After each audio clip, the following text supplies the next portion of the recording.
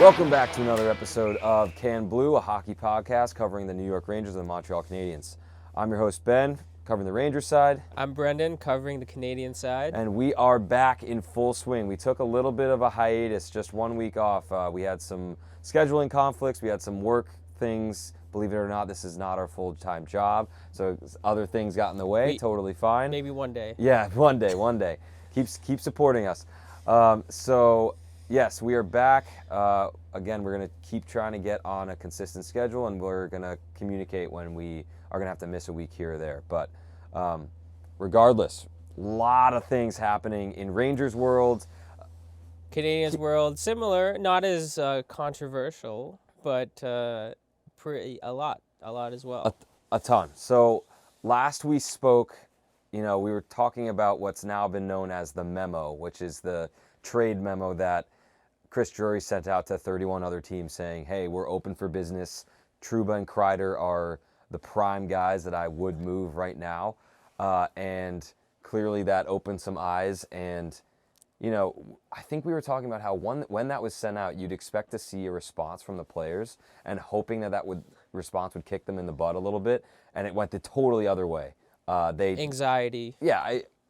Anxiety or anything. They played lifeless against their next couple opponents. I think it was like the Blues, the Flyers, and the Hurricanes. They lost every game. And come Friday, after we last had a podcast, reports are coming in. Seems like Trouba's being held out for roster management reasons, which is a clear indication of this guy's getting traded. And then reports keep coming out saying if Trouba is on waivers by 12, that means he's not going to be traded. He's just going to be put somewhere, and some team can have the ability to pick him up. Clear cap dump. Yeah. And, 12 o'clock rolls around. Trouba's not on waivers, so then everyone's like, okay, trade must be imminent. There's a couple people we're thinking about here. When it came in, it was like Columbus, Detroit, or Anaheim. I think news got out that he wanted to block Columbus, so Columbus wanted him, but I think they would only really get him if he went on waivers. So since he avoided that, blocked, there was reports of Detroit wanting him, but I think the hang-up there was Drury wanted to make sure he got rid of the whole contract, all $8 million. Right. And I don't think Detroit could really do that based on what I heard from like different podcasts and different reporters and reports on X and all that stuff. So ultimately, I guess Trouba waived his no-move clause and was traded to the Anaheim Ducks. And what's crazy about this, and it's a good piece of business, I know it's like you're salvaging something that couldn't work and, you're trying to change the team, change the core, but you think about it, Drury was able to push the full $8 million to a different team. He gets some assets back. He gets an injured but former first-round pick, Urho Vakanainen, or Urio or something. He's a defenseman. He's a defenseman. He's like 25. He's been injured. He hasn't played like really consistently, but he's in the pool now, right? He's in like the kind of depth pool of the Rangers D, which is good because we just moved one of our bigger defensemen. And then we also got a 4th-round pick back. So interesting that I'm not really sure how we get prospects and picks back. Maybe like, I guess Pat Verbeek is the Ducks guy, I think. Like, he just was fine giving away things for Trouba. And what's good and to give the Ducks a little credit, now they have Radko Gudas and Jacob Trouba. Yeah, it's a good duo. Like stapling the blue line for a team that's not going to make the playoffs and pretty bad. But yeah, it's an interesting duo. But I was hearing too, like, for him to go there, there's a couple former Rangers that was his former teammates, Frank Vetrano. And Strome is there. And there's some chemistry. And I think it's a nicer climate. He'll get to go to the beach when he's 2,000 miles away from New York. Yeah. And I think the biggest thing too is he's not in division or on the same conference, right? So we don't even really have to see him more than like once or twice a year, which is not like, maybe we want to see him because his defensive play has been so bad, but like it's really just like get him as far away as possible. I don't want to have to deal with it. I don't want to hear it. I don't want him to be back and like have this news storm surrounding him. So it's good piece of business. It moves $8 million off the cap, which is huge because when I they see nothing did but positives for the Rangers when here. when they did that, their projected cap, because it accrues basically, right? So if you have 1 million of cap space now, at the deadline it'll be like 5 million. Like it grows over the course of the year based on what you carry on your roster. So moving that 8 million frees huge. up a bunch. I think they brought back Vakanainen was making like 1 million, so it's really only net 7.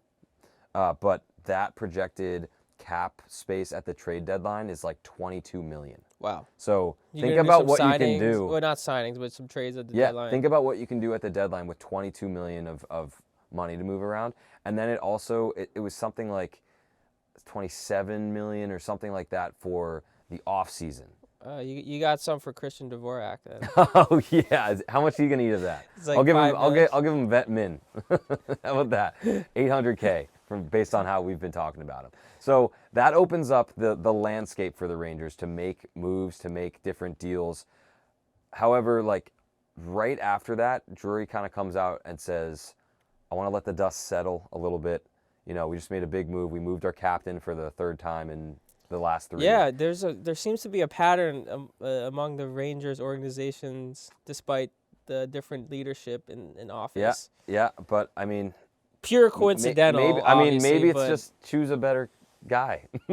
I don't know. Like honestly, yeah. Listen, they had Callahan and they moved him to Tampa. They had McDonough, they moved him to Tampa, and now they have Trouba and they moved him to Anaheim. So it's an interesting little pattern going on there. I imagine the C is not going to be on a body for any type. Not this year. Time soon. Not this year. I don't think so. I think a lot of people were thinking Trocheck was the obvious like next choice at this point, just because he's got a little bit of the New York like blue collar, gets in the dirty areas and scores those goals like the way he was playing last year for sure. This year he's been a little bit slower, but he has been the one that it seems like he's answering most of the questions with the press and is like becoming more of a face in the locker room and a leader.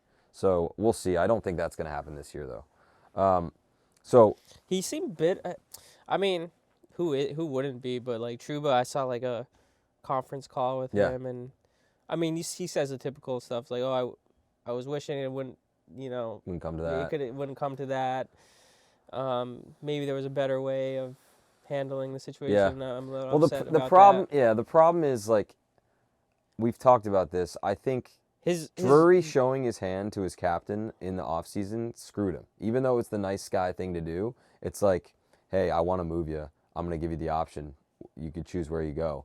And basically, Trouba just blocked it. He's like, no, I'm not doing it. And it's his right, but it's fractured the locker room. It made everyone seem like they're on alert. They knew it was the last time this core could go through.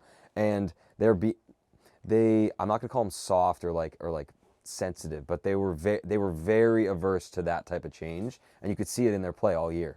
Yeah, I think Trouba should have maybe responded in. It's in his right to say no.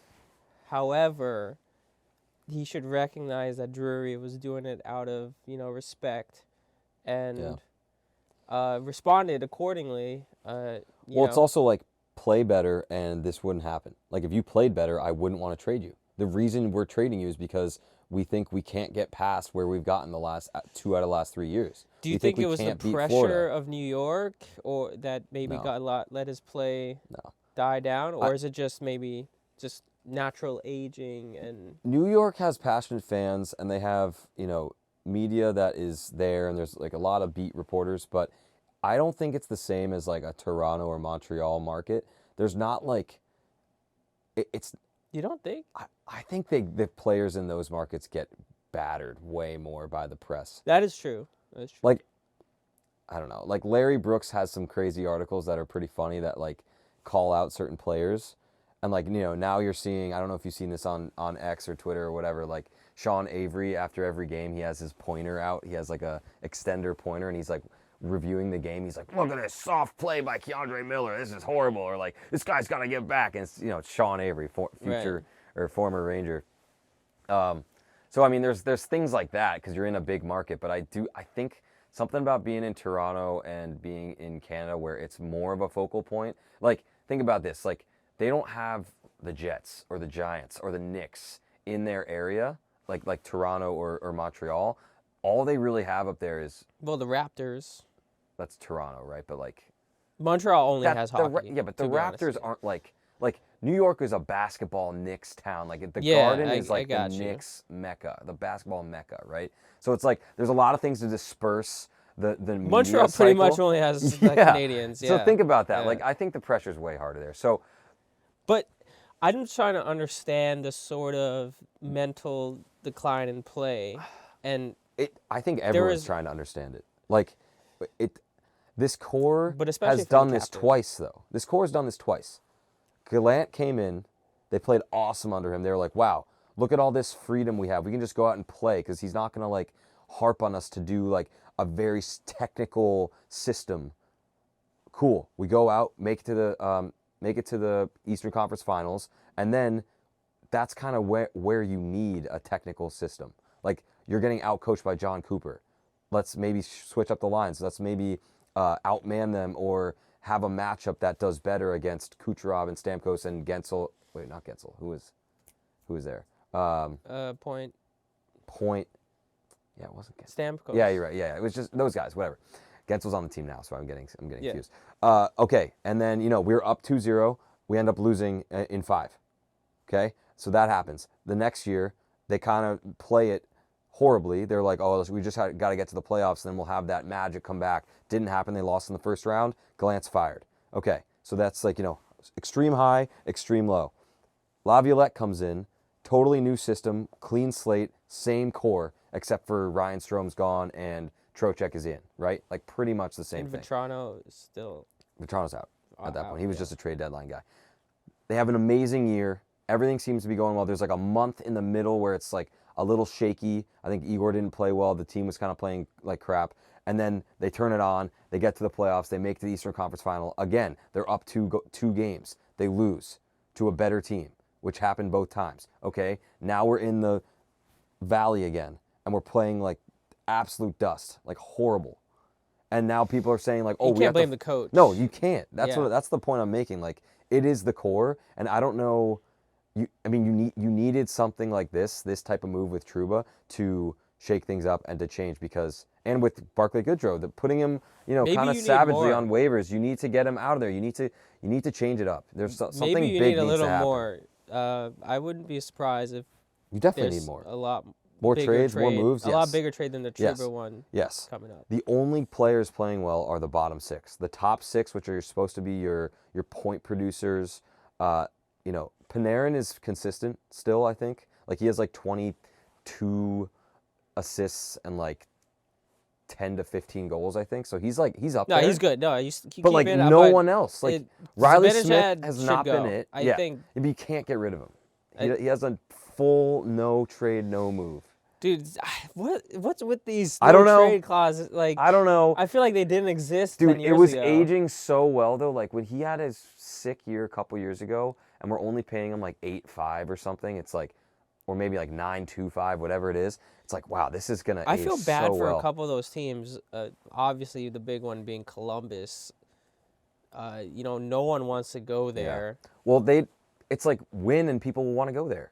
It's not a bad town for like the fans. It's not a bad town for living. It's like pretty cheap for living. I think it's like a lower tax or no You're tax. being paid millions state. of dollars anyway. Yeah, Like, I mean, it's just like people don't want to go there because they lose. It's the same with the Sabres. The Sabres were awesome in like the early 2000s, 90s, like when they had that jam about them and they were buzzing and just, fans out there, Bills fans, it's the same thing. If their team is good, they're going to show out. It's going to be awesome. But they have this losing culture about them that no one wants to go there. And I don't blame them. yeah, I don't blame them. They haven't made the playoffs in like 13 years. Now they're thinking of trading Dylan Cousins. Yeah, and they signed him to like a But- 7x7. Do you see that? Yeah, but maybe trading away your young talent as they have Yeah.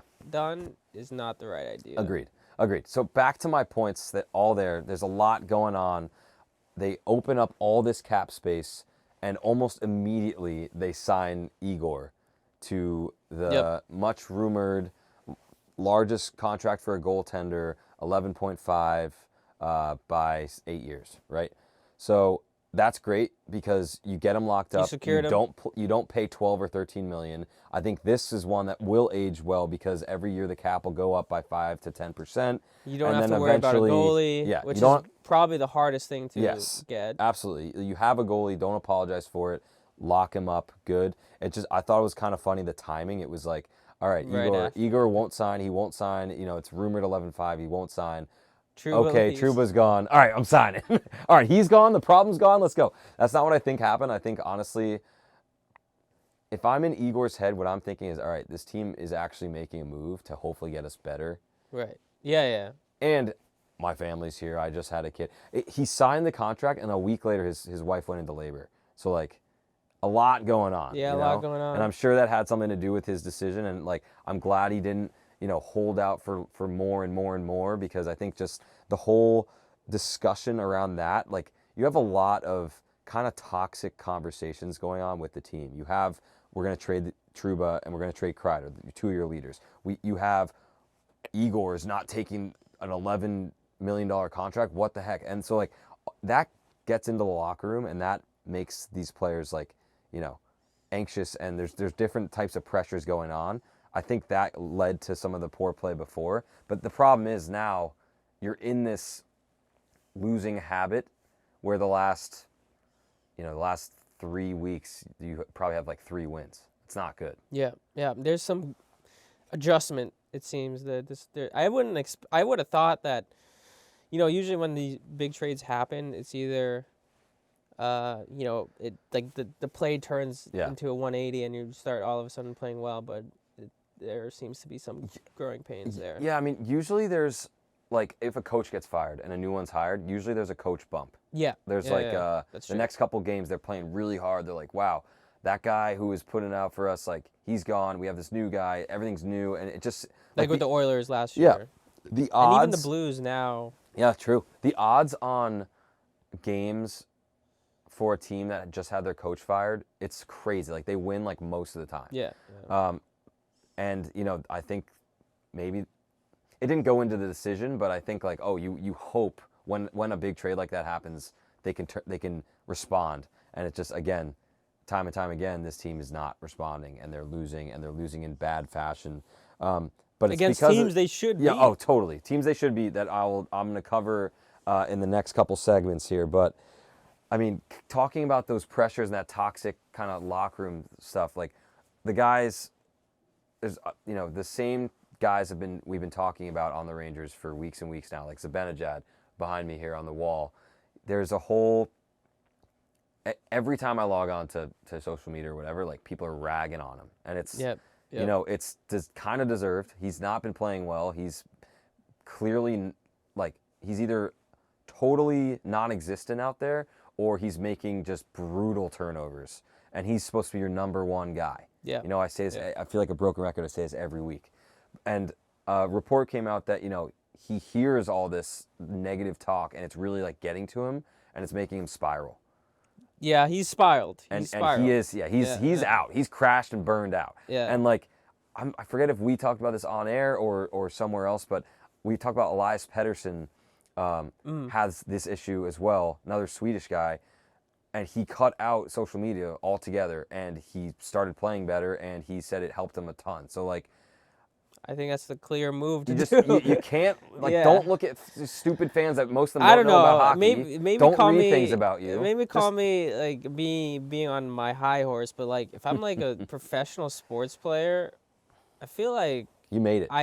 I made it. I don't have to be on social media, like... Yeah, but it's hard because, like, you're a person. You want to go out there, and then I'm sure it's so awesome when you're playing well and there's people just like, this guy's the best. Like, it's probably such a rush. You're like, oh, yeah. And then when they're ragging I feel like I'd just be watching my YouTube videos, or like of the team. Get you pumped up. Maybe we should, I scored should this we send them that? Be like, Mika, come back to this. Yeah, exactly. Your 5-goal game against the Caps. Let's go, or whatever it was. Do a little experiment on the Rangers subreddit. Be like, all right, let's say nothing but positive things, and let's see. So they did this in baseball with one of the Phillies players and then Aaron Judge too. When they were in the slump and he gets up to the plate, everyone just starts cheering and, like, going, like, extra loud because that guy is a leader. That guy's like Yep. a big part of your team, and you're trying to lift him out of Right, this slump. right. That is what we should and That's what we try should to do, do yeah, with yeah. Zibanejad and some of these other guys. But like when they like, because it's been bad, man. The last 3 or 4 games, the Rangers have been booed off the Garden ice, like horrible. That's I hate to see that. Dude, it's so That's so brutal. bad. So brutal. So I think I have 2 They- more points on Yeah. that. What? No, go ahead. 2 more points on like just the news and things going around the Rangers. Brady Tkachuk has been mentioned a ton, and Absolutely not. I'll dude, say right all away. right. Absolutely well, not. I agree because the Ottawa doesn't want to get rid of him. He doesn't want to leave. That's their guy. But You know. do you see the GM or whoever it was, Andlauer, I think, of the Senators, Michael Andlauer? He said like he thinks that the Rangers like did soft tampering to get this report out. Like he accused them of tampering basically, and it's just total BS. It's like no, they're just saying, or one of their reporters is saying the Rangers really would like a guy like Brady Tkachuk, Right, and it makes right. it seem like Brady Tkachuk wants out of Ottawa because Matthew wanted out of Calgary, and like it makes it seem like the Rangers have had these discussions with him like on the side, which has just not happened. And like so everyone's talking about how if only they could get a guy like Brady Tkachuk or even JT Miller, but it's like these guys have said You traded away JT. I know. Well, that's a whole nother thing. But it's like these guys don't want to leave. If they want to leave, if they make that public, then yes, the Rangers will be all in on these guys. But so will every other team. Yeah. You know, so it's. I think they got to squash that type of rumor because We it's missed our not chance happening. with that anyway. What?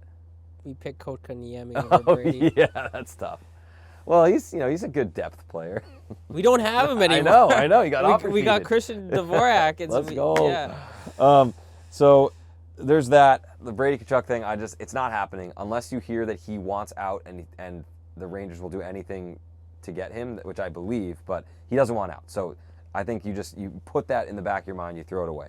Yep. Finally, 4 Nations. Since we've last talked, it's been fully announced. And surprisingly, kind of not, Kreider and Trocheck are on the U.S. team. I think that's more of like a glue, and Brock Nelson. I think that's like a glue type of like trying to construct a roster that has not just stars, but also like guys Role who can players, do different things and guys guys who do who are different locker things, room yeah. guys. Maybe that's why like Caulfield isn't on the team, right? I mean, I'm not super salty over it. Just a little salt. It would be nice to see him on that roster because I think he's earned it. Yeah. He's like basically a point per game and 17 goals, of course. I think Draisaitl last night got his like 22nd goal. Yeah. Ooh. Yeah, he's killing Did it. he have 50 points? He almost has 50 I points. think he has 50. I saw a post. Let me look it He's up. on my fantasy, and that's why I picked him. By the way, As you should. I knew he was gonna be. He's go off. Oh, 'cause he always my does. bad. McKinnon, 50 points. McKinnon has 50. He's the first I to wanted 50. McKinnon was my first choice for, but like obviously he's gonna be taken within the top 3. Yeah. So, I can't believe you got Draisaitl outside of the top 3. yeah. I was surprised. Who else? That's why I picked. It was Wait. like, why is Draisaitl? Wait, out? who else? It was McDavid, McKinnon. Well, Matthews was 4 or something, right? Because Someone picked him over Draisaitl, really. because he got out. he got like 70 goals, basically. Yeah, that's true. That's true. But now Draisaitl might get 70 goals. Yeah, So- he's sick. He's so good. he's so good. All right, so that's. I mean, 4 Nations. Yeah. There's so much more going on, and like. Monty. So There you go. Monty is the. Well, I don't know if he's going to be the starting goalie, but he He's not. is one of the He's 3. the third. He's the third. The thing with Monty is he's a great goalie in front of a defensively terrible team. Yeah. So I think in a way he is better than Binnington. I don't like Binnington. I never thought he was like. I never thought he was great. He had one has a awesome cup. year. He had an awesome year, He- an awesome half year where he stood on his head and he helped cup, propel them. I guess. But Well, yeah. To yeah, get him but there. that's where it really matters if you want to win the cup, I guess. Well, yeah, You but know? I mean, he hasn't really been able to replicate that. Like that half season where he came in and was playing lights out and then carried them and like was that goaltender. You know, I feel like every year you get a goaltender that's just like hot, yeah. and he was that, but like Yeah. hasn't been that since. So I it's think of kinda him as like a Matt Murray type where kind of it's easy to get in their head Oh yeah, he's a total mental case. Yeah, and I think Matt Murray is one of those goalies where it's just easy to, once you get going, you could score many goals against them. Yeah. But yeah, Monty made it, and then on our side, we got Armia and Laine for the Finnish team, which I love to see it because it was the perfect amount of timing because Laine came back and then Here's a question. Announcement came. Yeah. Would you even want Laine to play? What if he gets hurt? I mean, you He's could been argue good. that for any other. Well, I agree, but like he just came off an injury. He's playing okay. I mean, like he's playing great. He's playing great for what I What's his expected stat for coming line? off. And he's got 3 goals, 1 assist in 6 games. Right, but the first game he scored a goal. Yeah, that was insane. That was insane. I mean, he's what, 4 points in 6 games you said, so, And his average ice time is around like 13, 14 minutes, so it's. Why is it so low?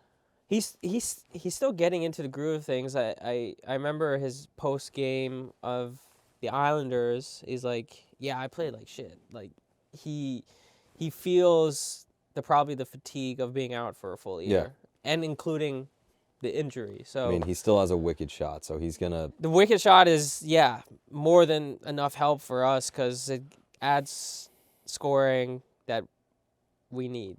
So. It doesn't really matter, in my opinion. I think he's just going to get better as he gets more used to playing more ice time. So do you think like the tournament could actually help him? It's in February, so it's and like it's he's like still I got feel like like it's a more month or fun in games. It's not like is it going to be like really physical? I guess so because you're winning. Yeah, I you're guess going I for don't a know goal. because there's like most of the teams have very skilled players. I don't see the rosters and think, wow, that guy's a bruiser. Better watch out. I mean, like Kachuk will go down and hit you in the corner for sure. There's some other guys definitely, but I'm just wondering how competitive it's going to be in terms of like the energy. Yeah. Like, are people really going to be fighting for that win? Yeah, right. Like, I don't even know what they win. Loose, like the All-Star. What do they win? Yeah, I don't. I mean, I assume like some kind of gold. End of the day, like trophy. you're representing your country, so I assume guys take pride in that and like they want to make it, right? Right. And like NHL would be pissed if it turned into a joke and people were like making it like the All-Star game, like a joke. So I feel like they'll be competitive. They're all top-notch competitors. So yeah. Another player that didn't make it was Suzuki, but him and Mark Scheifele got snuffed. Oh. Yeah, off the roster. Too. Yeah. Wow. Well, that might be the first call in. Why don't you get into your games that we've missed? Just like really quick, we can rattle off some points, some key topics from each of the games, and then I'll hit mine, and then we can keep on our way. So during the past 2 weeks, we had 6 games, 5 of them being at home. The remaining future 10 are actually 8 out of 10 of them are away. So it's a huge away trip during the Christmas holidays and going into the new year. But obviously the most amazing news to come out of the past 2 weeks is Patrik Laine coming back and just hitting the ground running. The first game, Islanders, we won in OT, and the first goal was the classic Patrik Laine snipe on power play, and it was the household here just went nuts, and what a including return. The Bell Center just went nuts. Just it's just cathartic and an awesome emotional release. It's just like the guy hasn't played in over a year. We were all excited for him to play right away. Got injured. I was freaked out. Oh man, it's gonna be long term. ACL, MCL is probably needs surgery. Yeah. Doesn't, thankfully, and comes back and just snipes a clean one past Sorokin. Just amazing to see. And Caulfield, there's I guess this joke where he's trying to tap his head, but he's like so tall. He's like 6'4" or 5". Okay. Right? I don't know. Is he that tall? And Caulfield's just like trying to jump and tap his head. Oh, nice. Good camaraderie there. Yeah. And the Islanders made a mistake of giving him time to make that snipe. There was an excess amount of time to just for him to take his time and shoot it.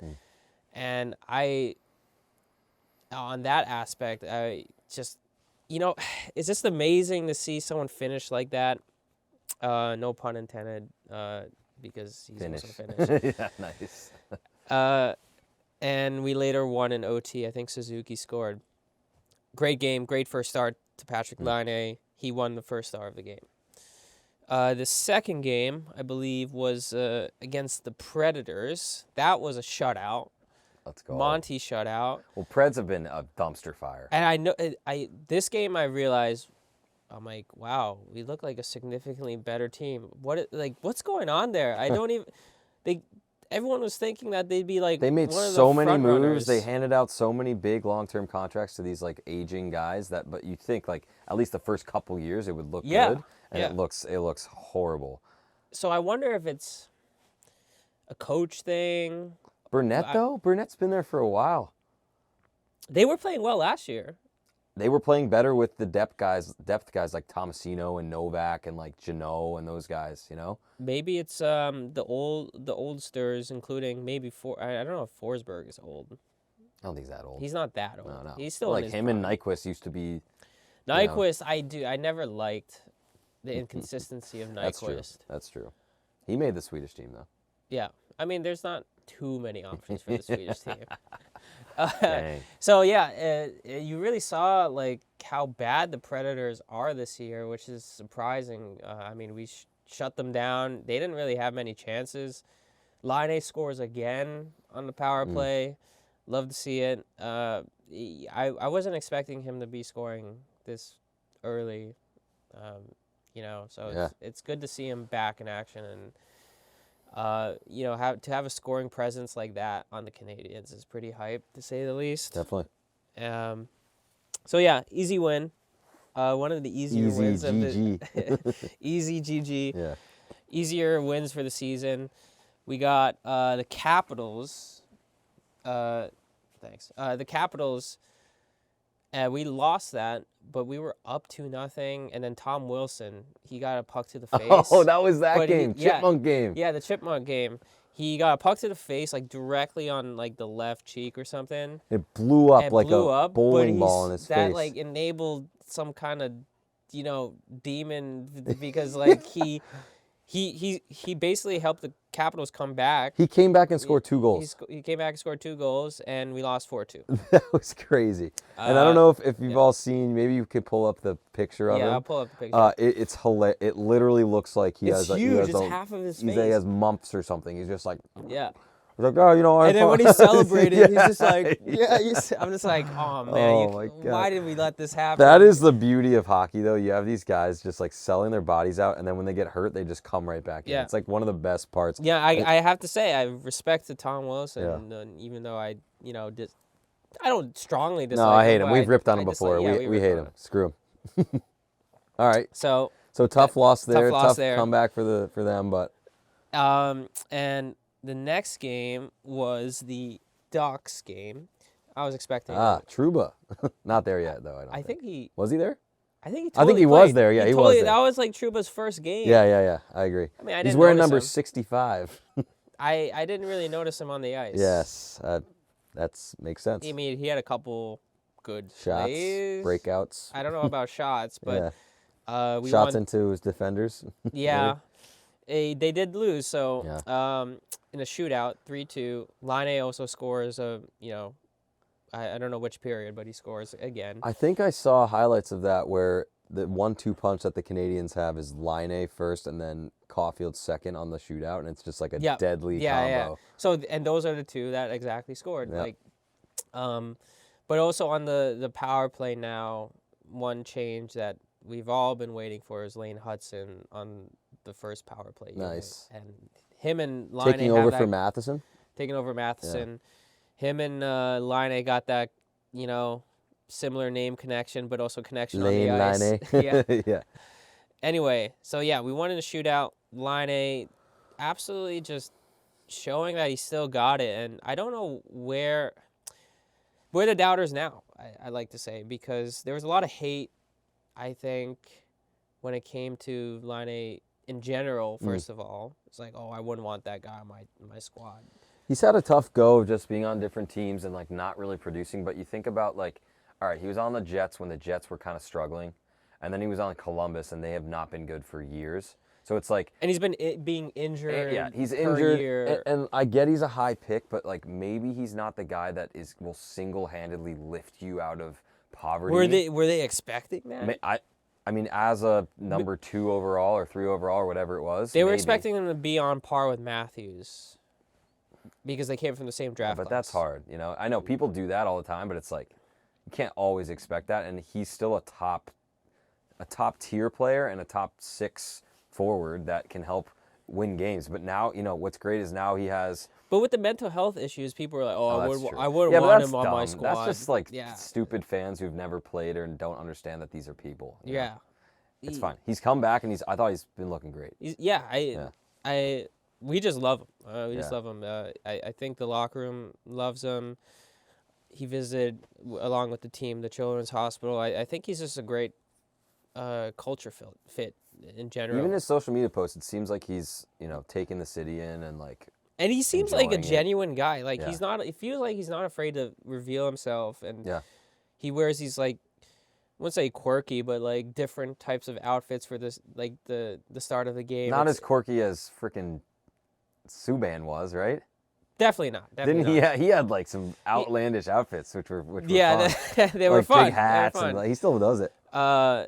Yeah, but he's been so far so good. I think he's a great fit, and I hope we keep that momentum up because we would love, at least at this point in time, I would love to have him back. Yeah. But we'll see within the next, obviously, to finish up the season, next season. I think we'll probably know by next season if we want to sign him or not, probably. I would think so. Why Even not? by the summer. Like, I mean, the other thing that I think we were trying to talk about is like this is the first stretch of games where Marty has had a full roster with no injuries. Right. So you have Slav, you have Caulfield, Suzuki, Laine, the defense, Gooley, Doc. going. You don't have guys playing up a level or 2 in the lineup. You now have a lineup that, you know, isn't going to be bottom of the league, isn't going to be top of the league, but should be more competitive. And I think the East is, you know, there's some teams at the top that are definitely like going to stay there, but the middle, can be some. We were actually, before the last couple losses, from the Jets and the Pens, we were 4 points away from a playoff spot. So I think we could post holidays. Yeah. I think we could make a push. Obviously, I think we won't make it, but I think we could make a push and make it more interesting. I think that's another reason why you, like, the whole talk about trying to get rid of St. Louis just doesn't make any sense. Yeah, that's why. Give him a Makes chance zero with a sense. real roster. I never thought for 1 second this season we should get rid of St. Louis. Maybe I'm being a rider there, but for one, as you mentioned, he never had a full roster. Yeah. Second of all, young team. Third of all, it's just I don't think that was the right source of where the problems are. Agreed. So, anyway, that was the Ducks game. Real quick, the Pens and Jets game were the 2 big losses, I think. Or the Jets game less so, but the Pens game, absolutely the worst third period I've ever seen or any Habs ever seen. I'm sorry for my cousin who went to the actual game there. Yeah. We were, I mean, it was only 3-2 going into the third, and then we just let in 6 in a row. So 9-2 final? Yeah, 9-2 final. Oh. Thank God it wasn't 10. Did you? But, yeah, but still, I mean, 6 goals. I don't blame Monty part. Like, you could put in any other goalie, and it would have still been the same result because the defense was just horrendous. Just letting people play right in front of Monty and just out-muscling everyone and just getting those lucky bounces and also those shots in like up close. Yeah. And so we pulled them after the 3 goals. So at that point, it was like 6-2. And then Primo, who can't save a shot for his life, lets in 3 more. Ugh, that sucks. And again, this solidifies to me, Primo may not be it. I'm not saying he should have like. I mean, actually, I am. He should have let in 0 goals after it being 6-2. Yeah. So. Well, the guy's got to play in front of him too. Yeah, and that too. So maybe Yeah, both. so you're right. It was both. The defense that was previously terrible in front of Monty also applied to Primo, unfortunately. Yeah. And that was a big loss because I thought we could have beat the Pens. The Pens have been destroying us this year, and I hate that because they've been being destroyed by other teams. Yeah. And the Jets game, the best news I've ever seen this year is Laine Hudson's first goal. Just love to see it. Love to see it. He just wrists it in. The signature goal that I saw him use it in college. And it was just a sigh of relief for him, I'm sure, and every fan, because I thought he was going to get like 0 goals, 50 assists or something. He's on pace for now 1 goal, 50 assists. Yeah. But Sick. it's just amazing news for him. He's got to be a finalist for the He's second place in the Calder. Calder. Sorry, Hobie Baker's college. Michkov has 27 points. Yeah, I know. Michkov's probably going to win it. He's crazy. He's probably going to win it. He's awesome. But I could see Laine being second place. Yeah, for sure. That's pretty sweet. That's pretty sweet. And when have you seen like a rookie defenseman do that? You know, it's been Since a while. Quinn, I think. Did he score that many though his first year? Or Faber last year. I mean, if Bedard wasn't like there, True. then he would have won it. Fair. Those are your games? So those are my games. Great. 3-3. 3 and 3? 3 and 3. Yeah. And we're looking pretty good. I'm excited to Stock is going up. continue to see Laine play. Slav was moved to the first again, so Newhook's back on the second. It seems like our injuries have balanced out for the time being. Knock on wood. Some wood there, yeah. And excited to see where we go in our road trips for the holidays and beyond. Moving on to the Rangers the last 2 weeks. Again, also 6 games. So I think you took the trophy these last 2 weeks, going 3 and 3, because the Rangers went 2 and 4. Wow, we actually did better than the Rangers. For once. So the 2 and 4. I'm just gonna read off some of the results here. First game against the Devils. Lifeless, just totally, and we've had a lot of these types of games. Lifeless games where final score was 5-1. This was actually in the news a little bit because first period, I think they go up a goal or two. Jack Hughes comes down on a breakaway. Oh, wait, I heard about this game. And he tries to make like a one-handed like Forsberg move on Igor, and Valaket, and I think Valaket's awesome. Like I think he breaks down goalie metrics and like positioning really well, and he has his own ClearSight analytics thing that like tracks the advanced metrics. He called that like, he basically said that Hughes was trying to embarrass the Rangers by doing that. And, I totally disagree. So yeah, I think that message gets lost because it sounds like he's calling Jack Hughes out. I think really what he's doing is saying like, Rangers, where's the response? Like, you're having a kid basically, go down and try to do that on your goalie. Yeah, but he's a good. No, he is. Amazing player. No, but I think. And he also scored that game, right? He did. Yes. Like, don't take away from Hughes. I think he's really more frustrated that the Rangers are gonna, 1, let the kid go through him, 2, allow that to happen with no response, and 3, just like no response physically or, on the score sheet. Right. They didn't do anything. They're just easy to play against, like, soft team where things like that happen and you're just like, okay, yeah, sure. And so, lifeless rest of the game, 5-1 final. I think Dougie Hamilton scores a goal there and he, like, pumps up the crowd and he's being, like, kind of a dick. Is it in Jersey? I think it was in, I forget now, but if it's in Jersey, there's a ton of Rangers fans go to those games. If it was at home, no, I think it was at home because I feel like I remember Valaket being in MSG talking about it. So I think I just remember the Hughes interview. Yeah. It's like, what does that even mean? Yeah. Well, Hughes doesn't care, and he shouldn't. Like, what does he care that what some Rangers homer says about? Right. So that happened. It was, whatever. It sucks. Like whatever to the Valaket thing. The game itself was horrendous, and to get embarrassed, honestly, by the Devils on every level is just horrible. They're your basic tri-state cross-river rival. Cross-river rival. So not a good start to the 2-week span we have to cover here. Next, we play the Penguins. I know you just talked about how you hate losing to the Penguins. Thankfully, we won this game, but we've had the Penguins number similar to how we have the Canadiens number. That's not a shot. It's just like how it goes. Yeah. No, it's true. we win 4-2. You know, some of the big guys step up, like Panarin and Trocheck have multiple points in this game. Great, but you know, I expect to win this game. I can't really take away much except for, okay, it was kind of ugly. Nothing like, you still aren't looking like you're playing like a team. It's kind of just like, this was actually the game. This was the game Trouba scratched. Yeah, he was either scratched or traded. I think it was a Friday game. Okay. So I think he was already off the team. You know, they responded, they won a game, but like it wasn't like a beating. Sweeping you know, victory. Yeah. So, And dominance. you know, I'll take the win because there's not that many of those going around for us right now, but that's the Penguins. Next game, very, very different story. We're playing the Kraken. Oh. You know, we're up, I think 2-1. Seems like we're playing a decent style of game.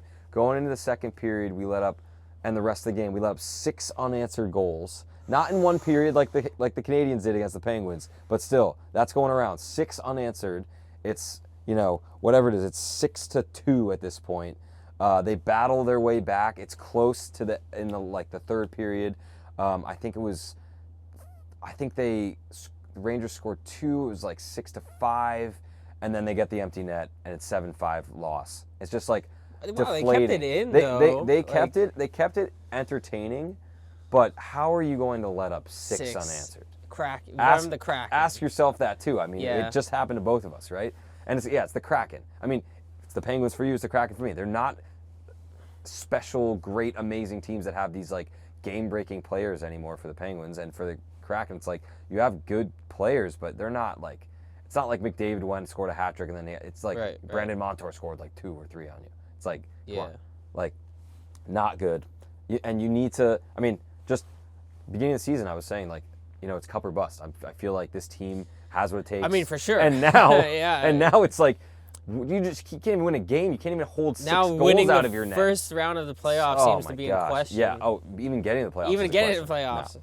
So that's the Kraken, 7-5 loss. So far we're 1-2. Another just horrible game.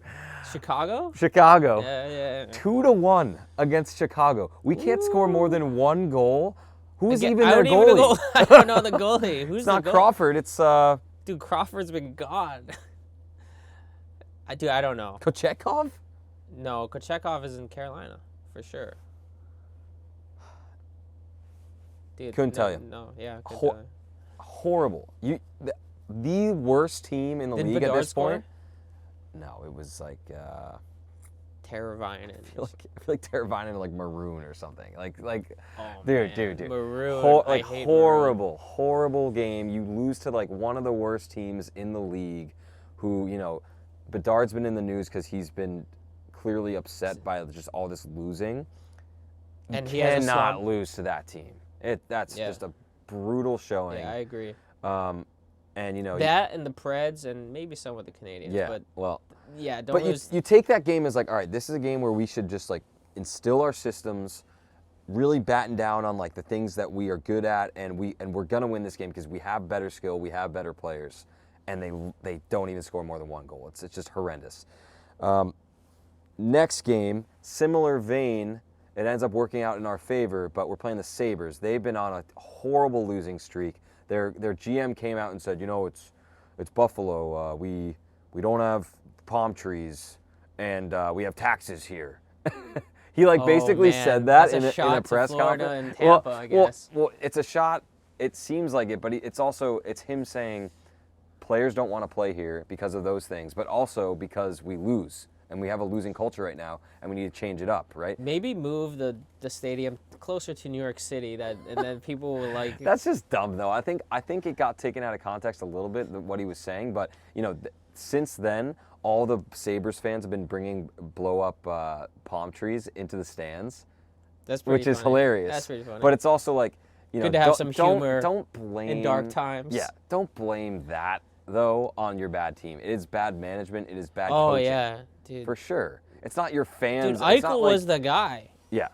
No. There's been some things. There's been some rosters of former Sabres and where they are now, and like 7 of them are cup winners. Well, yeah, Eichel obviously being I think Vegas. Brandon Hagel, Reinhart, Eichel. Hagel was on Yes. Buffalo? Yes. Wow.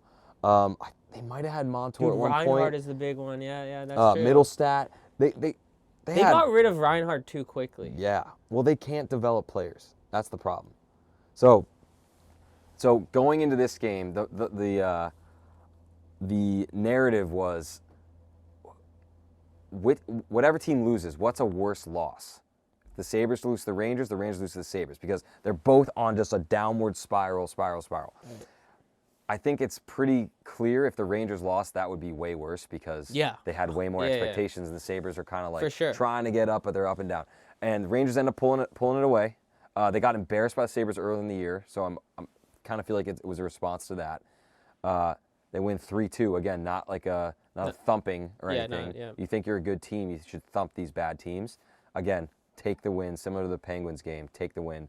So now it's a 2. So you're in take the win mode now, pretty much. Unfortunately. So now it's 2-3, going into the last game of the week, which was last night. We have a game tonight as we're recording against, I think, the Blues, which is going to be, they've been playing well. At the Garden? Yeah, I think so. And last night, played the Kings. Kings have been on a good little heater going on. They have great defense, and they are, they're contending for their top 3 in their division. I'm just not impressed with their forward Me neither. lines, to be honest. Me neither, but guess what? They scored 5 against the Rangers, and it was another 5-1 loss.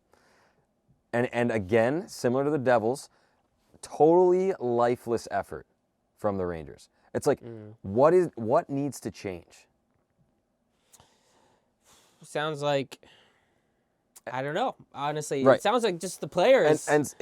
Exactly. And so, other things are going on right now.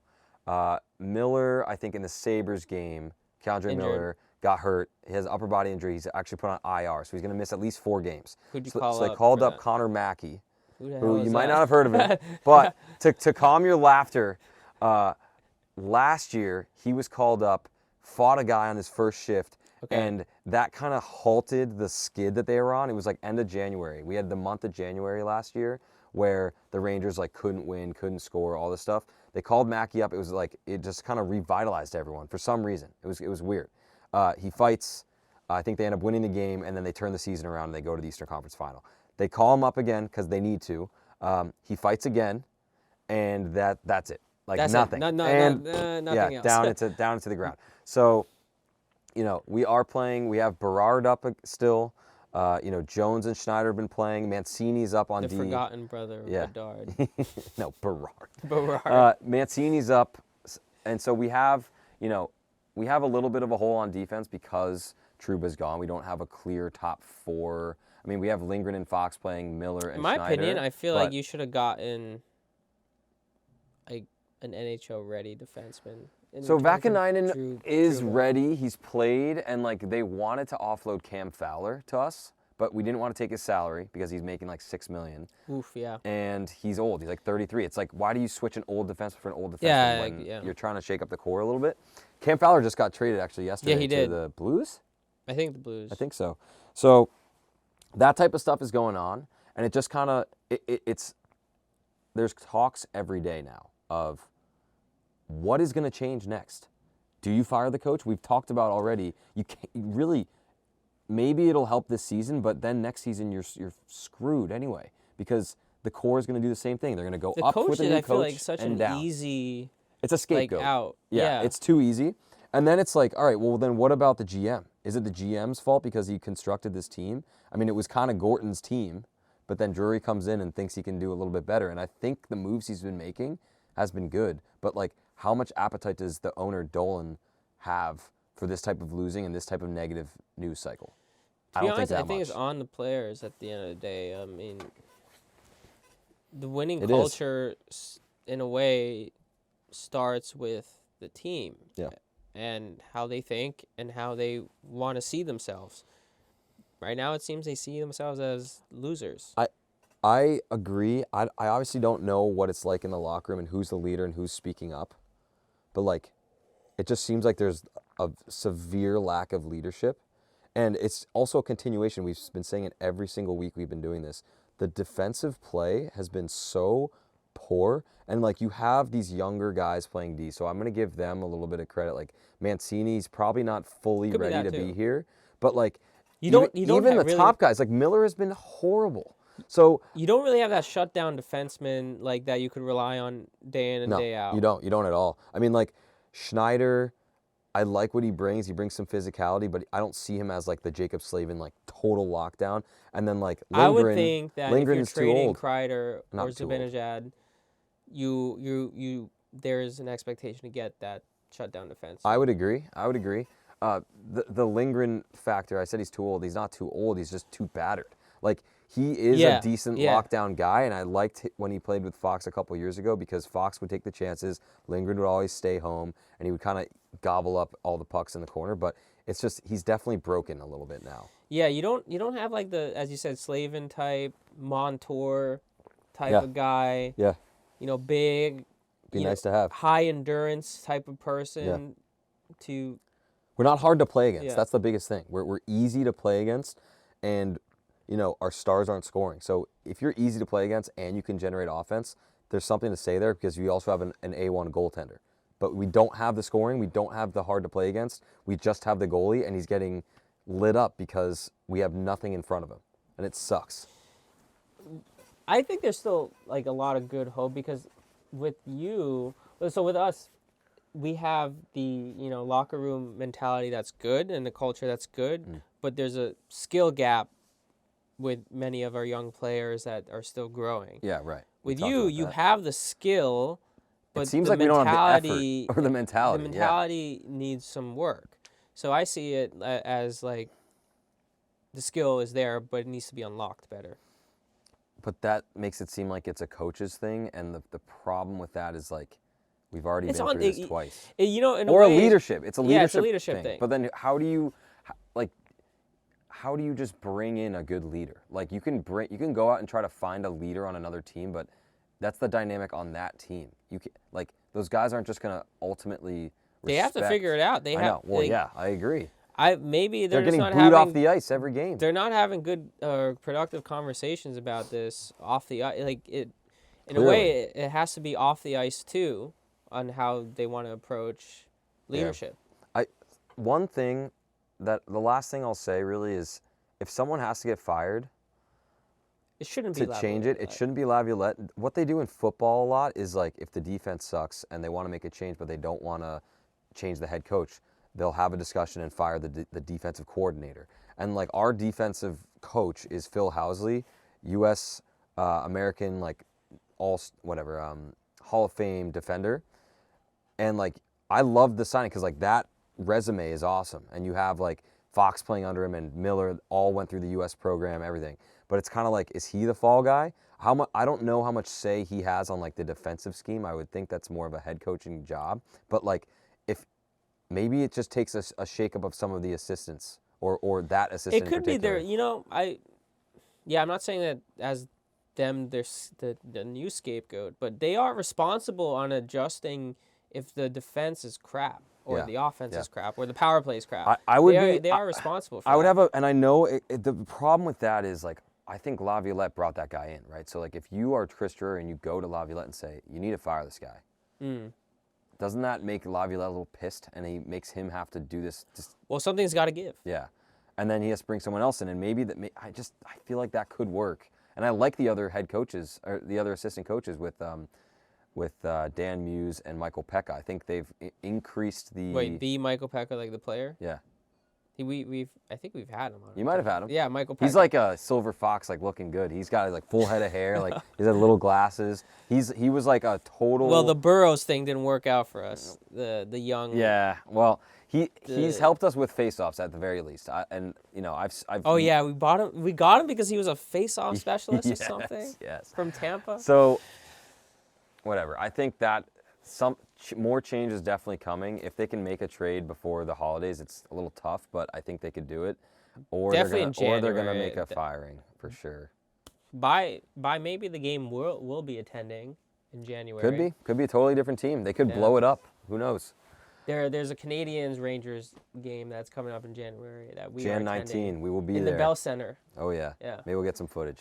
It's actually on Sunday when we record, That's so perfect. we got to get footage. That's perfect. All right. That should be our show. Let's wrap up with who you want to watch this week and who needs to step up.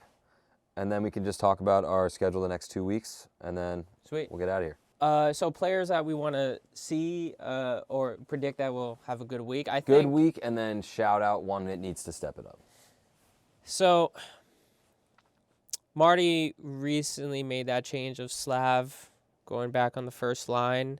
Last night was the first game with the Jets where he was moved there. He had a couple shots, but he didn't seem like he was his former self like we saw last year in the last stretch last year. So I'm predicting him to be a little bit of both. Like, see that production, he's going to score maybe a couple, but also I want him to also be that person to step up because he's had a tough first quarter of the season, and I like to see him get going, maybe use his body more and be more accurate in his shots and also passes, to be more involved in general. I hope to see out of Slav, and I think from that he'll score. But, not to just put it on one guy. I mean, the defense core, I said last time the defense core should do better, and they have somewhat, but there's just like once the other team scores a couple, there's like a full breakdown of defense. And Gouli has been great, but the other guys, particularly, I guess, Savard and Struble, and, Hudson has had a couple, mistakes.